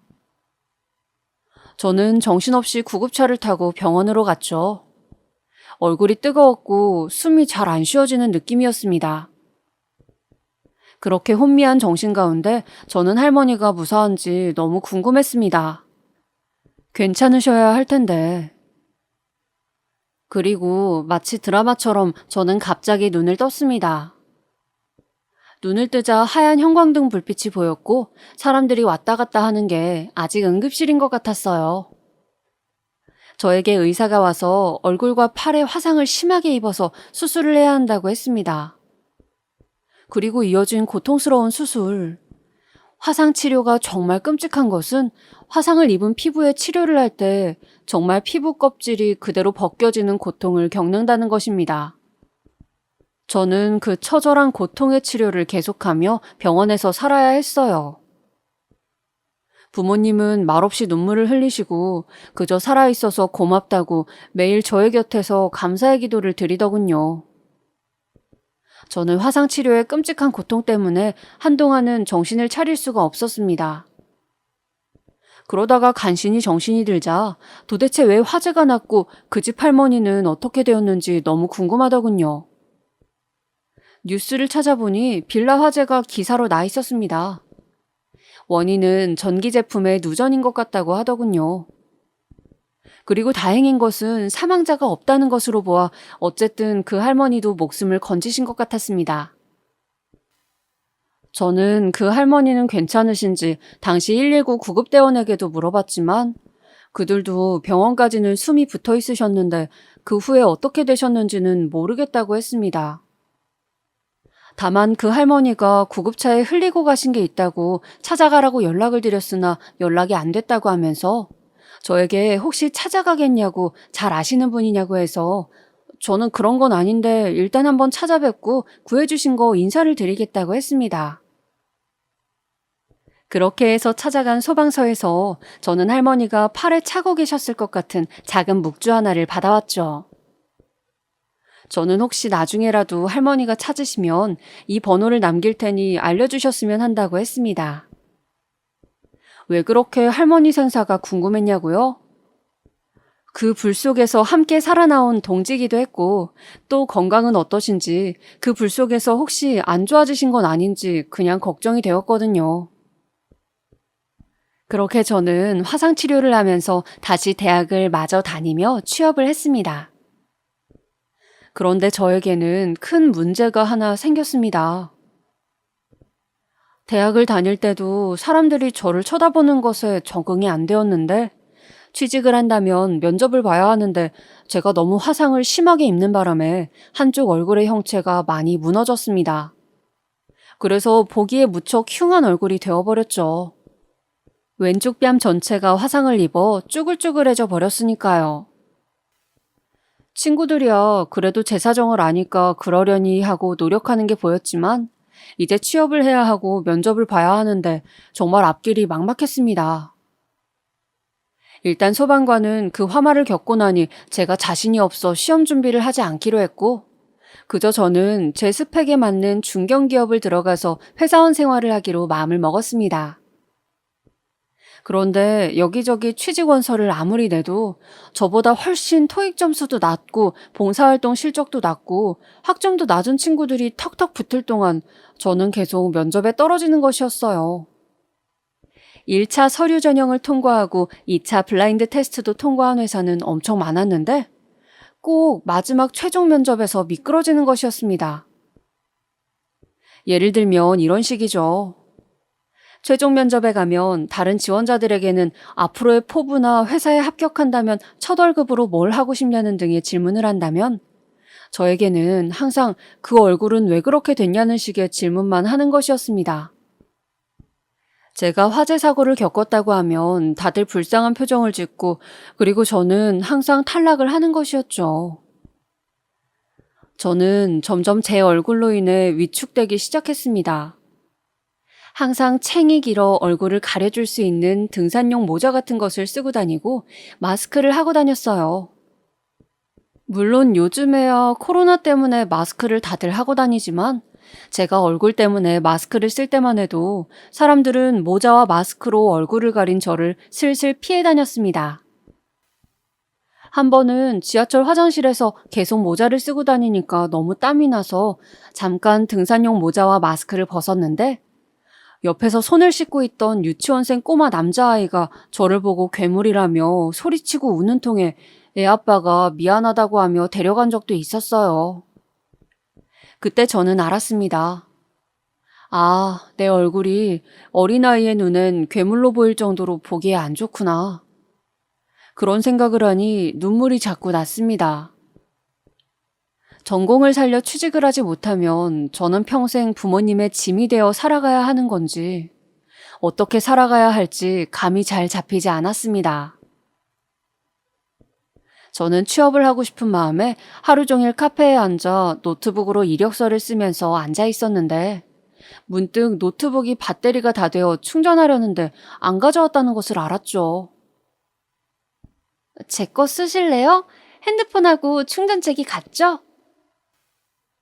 고개를 들어보니 옆자리에 앉아있던 여자분이었습니다.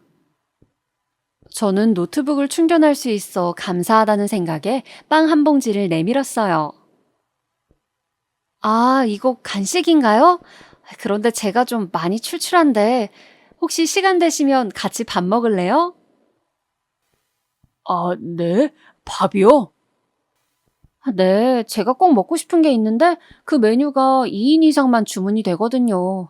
어때요? 저는 얼떨떨했지만 배가 고프기도 했고 그분과 그냥 헤어지는 게 아쉽기도 해서 식사를 하러 가게 되었습니다.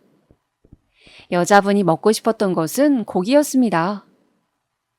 우리는 같이 삼겹살을 먹으러 갔죠. 제가 가끔 가던 가게였는데 그 집은 칼집을 낸 숙성 삼겹살과 같이 먹는 김치 칼국수가 유명한 집이었습니다. 삼겹살 맛이 정말 기가 막히더군요. 김치 칼국수는 또 어찌나 칼칼하고 맛있던지 그렇게 처음 본 여자와 맥주도 한 잔 시키고 이런저런 이야기를 나누다 보니 대학 때 소개팅하던 느낌도 나고 기분이 퍽 좋더군요. 그분은 작은 사업을 구상 중이라고 자신을 소개했어요. 서비스직에서 오래 일했다고도 했죠. 그러고 보니 인상이 상당히 미인인데다 호감 간다는 느낌이 있었어요. 미인이시고 이렇게 능력이 좋으니 인기가 많으시겠다고 했더니 아니라며 그녀는 손사래를 치더군요. 저는 그 웃음이 순박해 보여 더 정이 갔습니다. 저는 그렇게 그녀를 마음에 품게 되었어요. 그녀는 사람은 마음이 중요하다며 제 얼굴에 대해서 전혀 신경도 쓰지 않았어요. 그 후 저는 일주일에 한 번 정도 그녀와 데이트를 했습니다. 소박하게 밥을 사 먹고 서로 고민을 이야기하는 등 특별하지 않고 평범해서 더 빛이 나는 그런 시간들이었죠. 그러다가 우리는 자연스럽게 사귀게 되었습니다. 제 처지가 얼굴에 흉터도 있고 취준생이라 조심스러웠지만 그분은 다 괜찮다고 이 나이쯤 되면 그런 거 신경 쓸 일도 없다며 제 마음을 편하게 배려해 주셨어요. 그녀는 저보다 5살 연상이라 제가 많이 의지할 수 있어 좋더군요. 그렇게 사랑을 쌓아가면서 저는 제 외모에도 더 신경을 쓰게 되고 생활에 활력이 생겼습니다. 일하랴 데이트하랴 바쁘긴 했지만 그래도 행복했어요. 저는 얼굴을 다치고 나서는 아무도 만날 수 없을 거라 생각을 했거든요. 그런데 이런 상처까지 다 이해해주는 사람이 있다니 정말 감동이었습니다. 만난 지 6개월 정도 되었을 때 여자친구는 준비하고 있는 가게 자리를 보여주겠다면서 겸사겸사 데이트하자며 저를 비어있는 한 상가 자리로 데리고 갔어요. 여자친구는 이 자리에 고급 고깃집을 오픈할 거라며 저에게 고깃집에서 고기를 손질해줄 사람이 필요하다고 했어요. 지금부터 기술을 배워 그 일을 하면 누구에게 얼굴을 보이지 않아도 되고 고기 다루는 것도 기술이니까 함께 가게를 키워보는 것은 어떻냐고 말했죠. 가게 오픈에 드는 비용은 전부 자신이 부담할 수 있다고 그런 꿈 같은 제안을 했습니다. 그리고 그런 말들 끝에 가장 중요한 말을 하더군요. 저 준영 씨, 제가 하는 말 오해 말고 들어줬으면 해요. 네, 말씀하세요. 저는 준영 씨가 처음 봤을 때부터 너무 좋았어요. 나이 들어서 이런 감정 너무 부끄럽고 웃기지만 진짜 너무 설레고 준영 씨가 좋아요. 준영 씨 닮은 아이를 낳고 싶어요. 네? 저는 너무 당황스러웠습니다. 워낙 개방적이고 진취적인 사람인 줄은 알았지만 지금 그녀는 저에게 프로포즈를 하고 있었어요. 저는 이런 상황에서 나는 백수인데 나는 얼굴이 화상으로 망가졌는데 등등 여러 생각이 스치며 머릿속이 복잡해졌어요. 이런 로맨틱한 상황에서 마음 편히 행복해할 수 없는 제 처지가 서글프기도 했습니다. 저는 일단 결혼에 대해서는 좀 더 신중하게 서로 생각해보자고 말했어요. 그리고 며칠 뒤 여자친구를 만났을 때 저는 당분간은 연애만 하고 싶다고 했어요. 내가 너무 가진 게 없어서 자신이 없다고. 조금 더 상황이 좋아지면 결혼은 서로 신중하게 생각해보자고. 여자친구는 미묘한 표정으로 제 말을 듣더니 하는 수 없다는 듯 자신이 좀 더 기다리겠다 하더군요. 그리고 오늘은 어쩐지 치킨에 맥주를 먹고 싶다면서 저에게 치킨 먹으러 가자고 조르던 것이었습니다. 그러고 보니 치킨을 먹은 지도 한참 된 것 같아서 동네에 치킨이 맛있기로 유명한 호프집에 가서 한참 신나게 대화를 나누고 있는데 여친이 급한 전화를 받더니 뭔가 문제가 생겼는지 짜증을 내는 거였어요. 아니, 부동산에서 도대체 하는 일이 뭐예요? 진작 말씀해 주셔야죠. 일단 제가 알아보고 다시 전화 드릴게요. 그러고는 전화를 끊더니 아무 말도 없이 긴 한숨을 내쉬면서 그저 맥주만 들이켰습니다. 저는 걱정이 되어 도대체 무슨 일이냐고 물어봤죠. 혹시 뭐 도울 일이 없냐는 말과 함께요. 한참을 말을 할까 말까 망설이던 여친은 마침내 이야기를 시작했습니다. 저번에 봤던 그 가게 자리를 가계약금을 걸고 계약을 하는 걸로 다 이야기를 해두고 계약금은 며칠 뒤에 주겠다고 했는데 상가를 넘기기로 한 사람이 알겠다고 하고서는 다른 데서 계약금을 바로 보낸다고 하니까 그냥 우리랑 가계약한 걸 없던 일로 하고 그쪽하고 계약을 하고 싶다고 했다는 겁니다. 그걸 부동산에서 제대로 전달을 못해서 지금 당장 계약금을 보내야 되게 생겼다고 말이죠. 그러면서 넌지시 저에게 돈이 혹시 없냐고 묻는 것이었어요. 저는 갑자기 돈 이야기가 나와서 당황했지만 이 사람이 그동안 나에게 보인 마음이 있는데 어떻게든 도와주고 싶어서 제가 가지고 있는 전 재산이 1,000만 원이라고 말했습니다. 여자친구는 일단 며칠 뒤에 바로 돈을 줄 테니 그걸 융통해달라고 했어요. 그래서 저는 인터넷 뱅킹으로 여자친구에게 1,000만 원을 이체해 주었죠. 여자친구는 고맙다고 당장 내일 일 처리를 해야 한다면서 몇 번이고 나에게 고맙다고 했어요. 다시 계약금을 주고 잘 마무리한 후에 연락을 주겠다면서요. 그런데 그 후로 여자친구는 연락이 전혀 되질 않았습니다. 여보세요? 지금 거신 전화는 수신이 금지된 전화로. 저는 몇 번이고 마음속에 스멀스멀 올라오는 불안감을 잊어보려 애를 썼어요. 설마 아니겠지. 내 돈을 가지고 도망간 것은 아니겠지. 그러나 연락이 안 되는 날이 길어질수록 저의 불안감은 커져만 갔습니다. 도저히 견딜 수 없는 지경이 되자 저는 그때 여자친구가 보여준 상가 자리를 찾아갔어요. 그 자리에는 샤브샤브 식당이 이미 들어와 있었습니다. 저는 다급히 사장님 계시냐고 사장님을 찾았어요. 사장님, 혹시 이 가게 월세로 얻으신 건가요? 부동산 계약 언제 하신 거예요? 이 자리에 제가 아는 지인이 고깃집을 한다고 했는데 어떻게 된 건가 해서요. 네? 이 가게 제 건데요. 제가 주인이에요. 이 상가 한 번도 월세 내놓은 적도 없어요. 샤브샤브 가게 하려고 몇 달 비워두긴 했는데 이상하네요. 저는 전혀 모르는 일인데요. 고깃집? 이럴 수가. 사장님은 전혀 모르는 일이라는 듯 말씀하시는 거였습니다. 저는 머리가 너무 아파왔어요. 그렇다면 제가 사기를 당한 걸까요? 도저히 그녀가 저에게 했던 달콤한 말들과 결혼에 대한 이야기들이 거짓이라고 받아들일 수가 없었습니다. 그런 상태로 저는 몇 달이라는 시간을 마음의 상처와 허무함을 안고 지냈습니다. 도무지 사람이라는 존재를 믿을 수가 없더군요.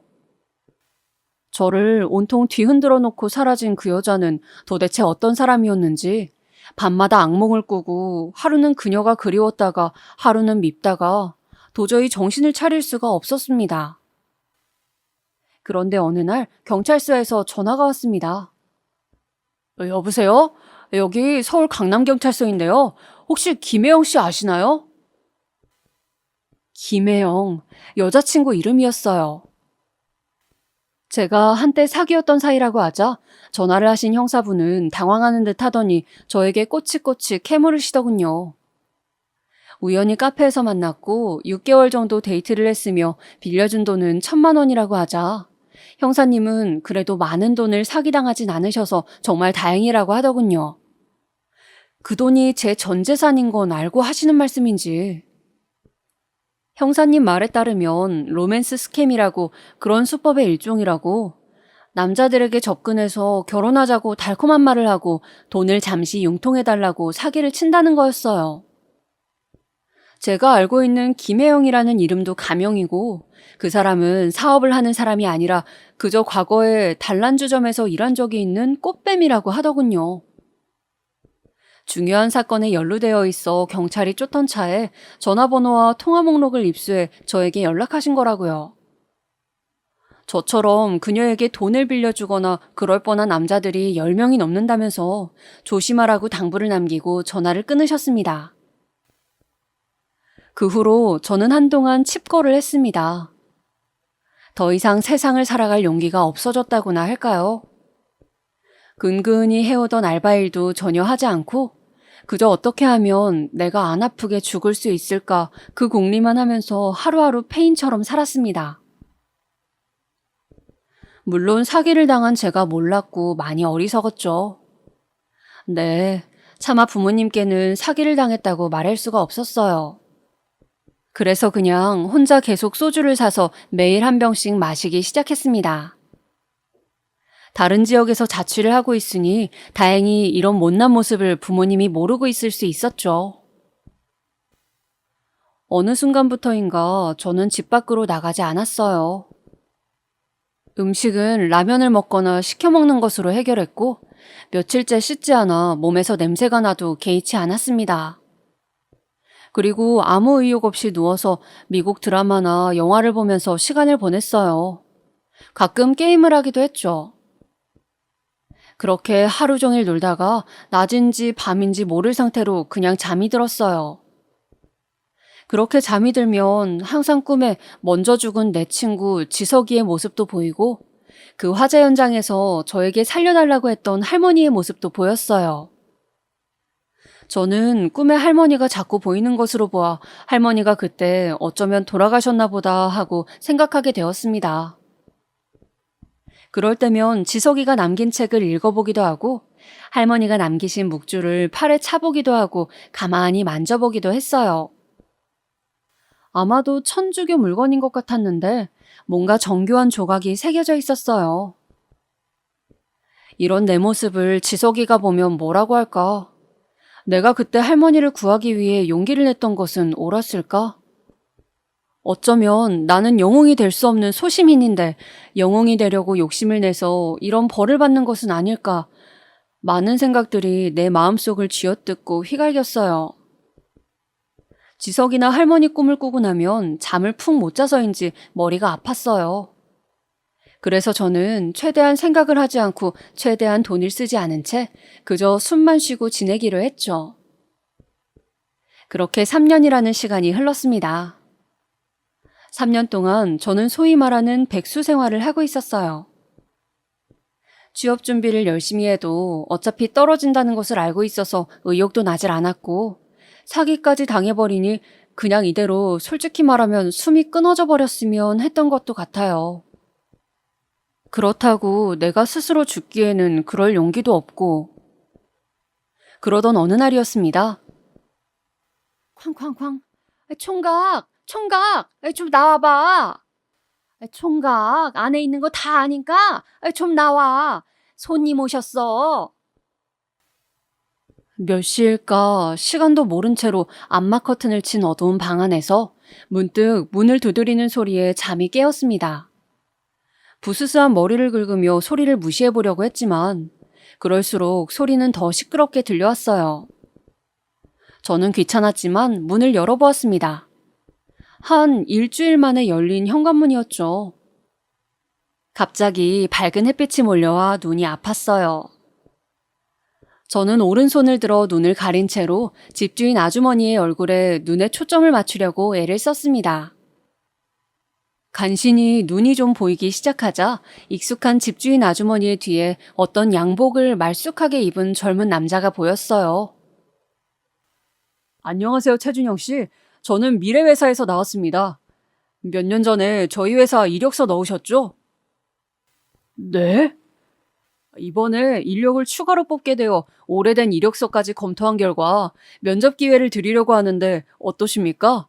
여기 원서를 드릴 테니 지원 생각이 있으시면 지원 부탁드리겠습니다. 그럼. 그 남자는 자신이 할 말만 하고는 그 자리에서 차를 타고 가버렸습니다. 저는 멍하니 그 사람이 나에게 주고 간 서류 봉투를 바라보다가 문을 닫고 집으로 들어왔습니다. 봉투를 열자 그 안에는 진짜 입사 원서와 지원 일정이 적혀 있었어요. 저는 얼떨떨한 기분으로 그 봉투를 일단 책꽂이 한쪽에 넣어두었습니다. 그리고 며칠이 지나고 저는 엄마의 전화를 받았어요. 여보세요? 우리 아들 잘 지내고 있어? 밥은 잘 먹고 있는 거지? 오늘 우리 아들이 좋아하는 제육볶음을 했는데 생각이 나서 전화했어. 요즘 왜 이렇게 집에 안 와? 그냥. 준영아, 취업 안 해도 되니까 하루하루 즐겁게 지내고 건강하기만 해. 어? 사랑해, 우리 아들. 엄마는 마치 제 맘을 안다는 듯이 저에게 다정하게 말씀을 하시는 거였어요. 취업 안 해도 상관없다는 엄마의 그 말씀이 가슴에 사무쳐 갑자기 눈물이 났습니다. 엄마의 사랑이 너무도 위대하고 크다는 생각이 들었어요. 저는 전화를 끊고 일어나 가슴을 부여잡고 꺽꺽대며 울었어요. 다른 사람을 구한다고 설치다가 흉측한 얼굴을 갖게 된 나. 이런 나에게 손을 내밀어준다고 느낀 여자에게 돈을 뜯긴 나. 이런 저의 처지가 한심하고 또 한심해서 죽고만 싶었는데 저에게는 아직도 지켜야 할 세상에서 가장 소중한 것이 있었어요. 바로 저의 가족, 엄마와 아빠였죠. 저는 책꽂이에 있던 원서를 꺼내서 한자 한자 정성껏 작성하기 시작했습니다. 그리고 취업 준비 때문에 아울렛 매장에서 사두었던 꼬깃한 양복을 오랜만에 분무기를 꺼내어 다리기 시작했어요. 옷을 다리면서 다짐했어요. 마지막으로 한 번만 더 최선을 다해 면접을 보자고. 내가 할 수 있는 모든 노력을 다해서 내가 어떤 인재인지 보여주자고. 저는 어느새 저의 부적이 된 할머니의 묵주를 꼭 쥐고 제 결심을 다졌습니다. 그렇게 대망의 면접날이 다가왔습니다. 저는 저보다 3, 4살은 어려 보이는 친구들 사이에서 얼굴에 화상 자국을 가리려고 화장품을 발라 이상한 모습으로 양복을 입고 면접을 봤어요. 주머니에는 할머니의 묵주가 들어있었죠. 이상하게 서류 전형은 필요 없으니 저에게는 면접만 보라고 해서 저는 최종 면접으로 바로 가게 되었습니다. 저의 모습을 보고 다른 지원자들이 쑥덕거리는 것 같았지만 아무래도 괜찮았어요. 어차피 다시 볼 사람들도 아니고 저는 제 면접에만 집중할 생각이었습니다. 드디어 제 차례가 되어서 저는 면접을 보기 위해 몇 명의 지원자들과 함께 방으로 들어갔어요. 방 한가운데에는 회사의 대표님인 나이 지긋하고 풍채 좋으신 분이 앉아 계셨고 양옆으로 회사의 중역분들이 계셨습니다. 첫 번째는 공통 질문이었습니다. 첫 월급을 타서 뭘 하고 싶은가? 이 질문에 대해서 많은 사람들이 부모님 내복을 사드리겠다 또는 업무를 위한 책을 사보겠다고 했습니다. 제 차례가 되었습니다. 저는 제 첫 월급을 형편이 어려운 화상 환자들에게 기부하고 싶습니다. 저와 같은 고통스러운 치료 과정을 겪는 분들에게 작은 힘이나마 보태고 싶습니다. 그리고 저와 같은 화상 흉터가 있는 사람도 사회의 일원으로 당당하게 월급을 받고 기부도 할 수 있다는 것을 보여주고 싶습니다. 저의 대답을 듣고 다른 중역분들은 제 얼굴을 유심히 살펴보시는 듯 하였습니다. 그런데 이상하게도 대표님은 저를 보고 미소만 지으실 뿐 놀란 기색이 전혀 없으셨어요. 그리고 이상하게 그분의 눈가가 촉촉한 것처럼 보였죠. 저는 제가 착각한 것인가 생각했습니다. 취업 준비를 하면서 가장 힘이 되었던 사람이나 물건이 있는지? 두 번째 질문이었습니다. 부모님, 친구 등 다양한 대답이 쏟아졌습니다. 저는 가만히 한쪽 호주머니에 들어있던 묵주를 쥐어보았어요. 드디어 제 차례가 되었습니다. 저에게 가장 힘이 되었던 물건은 바로 이 묵주입니다. 저에게는 아주 깊은 사연이 있는 물건이고 언젠가는 이 물건의 주인분을 만나고 싶다는 마음으로 살아왔거든요. 힘이 들 때마다 저는 이 묵주를 쥐고 여러 가지 소원을 빕니다.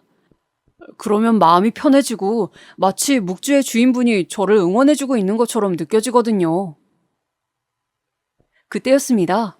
갑자기 대표님이 벌떡 일어서서 저에게 다가오시는 거였어요. 자네, 그 묵주 잠깐 나한테 보여줄 수 있겠나? 아, 네. 놀랍게도 중후한 나이의 대표님은 손을 떨고 계셨습니다. 저는 묵주를 대표님께 건네어 드렸어요. 그분은 묵주를 찬찬히 살펴보시더니 가운데 정교한 성모 마리아 조각이 있는 부분에 박힌 보라색 보석을 보고 갑자기 묵주를 붙잡고 눈물을 흘리기 시작하시는 것이었습니다. 모든 사람들이 당황해서 대표님을 바라보고 있었어요. 저도 영문을 모른 채 일어서서 대표님을 바라보았죠. 그런데 대표님이 갑자기 저를 붙잡고 덥석 안으시는 것이 아니겠어요?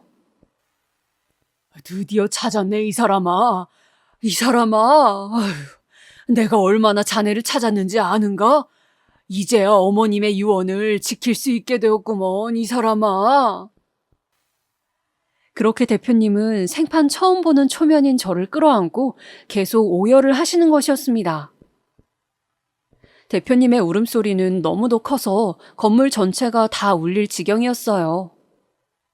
결국 그날 면접은 그렇게 끝나고 저는 대표님과 단둘이 마주 앉게 되었습니다. 너무 울어 퉁퉁 부은 눈을 하고 대표님은 저에게 말씀하셨습니다. 그 묵주의 주인은 바로 우리 어머니일세. 작년에 타계하셨지. 어머니가 그렇게 죽기 전까지 자네를 찾아야 한다고 말씀하셨다네. 생명의 은인이라면서 어떻게 사는지 혹시 형편이 힘들면 도와주고 싶다고 항상 마음에 빚으라고 말씀하셨어. 이럴 수가. 바로 제가 구한 그 할머니가 대표님의 어머니였던 것입니다. 아, 그 화재 당시 괜찮으셨나요? 잘 지내시는지 저도 늘 궁금했는데 저도 소방서 쪽에 찾아가서 묵주를 흘리셨다 해서 제가 가지고 가면서 전화번호를 남겨뒀는데 무사하신지 궁금해서요. 어머니는 그 당시 너무 충격을 받아 잘 기억하지 못하셨네. 묵주를 흘린 것도 그리고 소방서를 찾아갈 생각도 못했지. 화상을 입은 부분도 있으셔서 그 치료를 하고 2년쯤 지났을까? 소방서 쪽에 연락을 해보니 당시 일을 기억하는 사람이 없었어. 같이 입원했던 병원에도 물어봤지만 알려줄 수 없다는 말뿐이었지. 그 묵주는 어머니가 처녀 시절 바티칸까지 가서 사오신 것이네. 한국에서는 구할 수 없는 모양이지. 그래서 내가 한눈에 자네를 알아봤던 것일세.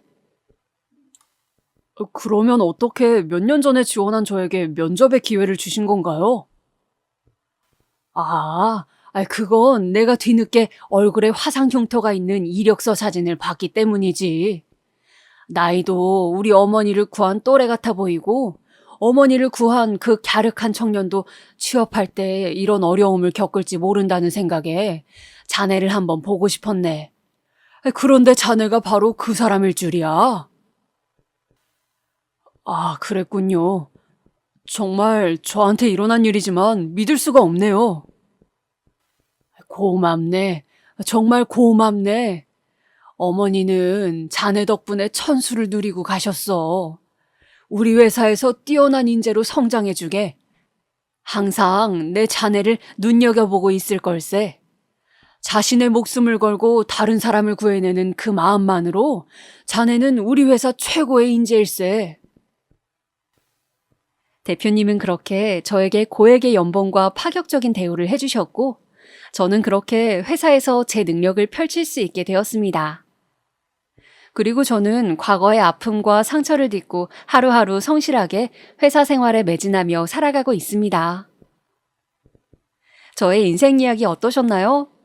제가 오늘 드리고 싶은 말씀은 인생은 그 어떤 드라마보다도 더 우연과 필연이 겹치는 극적인 것이고 또 그 안에서 항상 바른 마음을 가지고 살아간다면 반드시 언젠가는 어둠이 걷히고 빛이 보인다는 것입니다.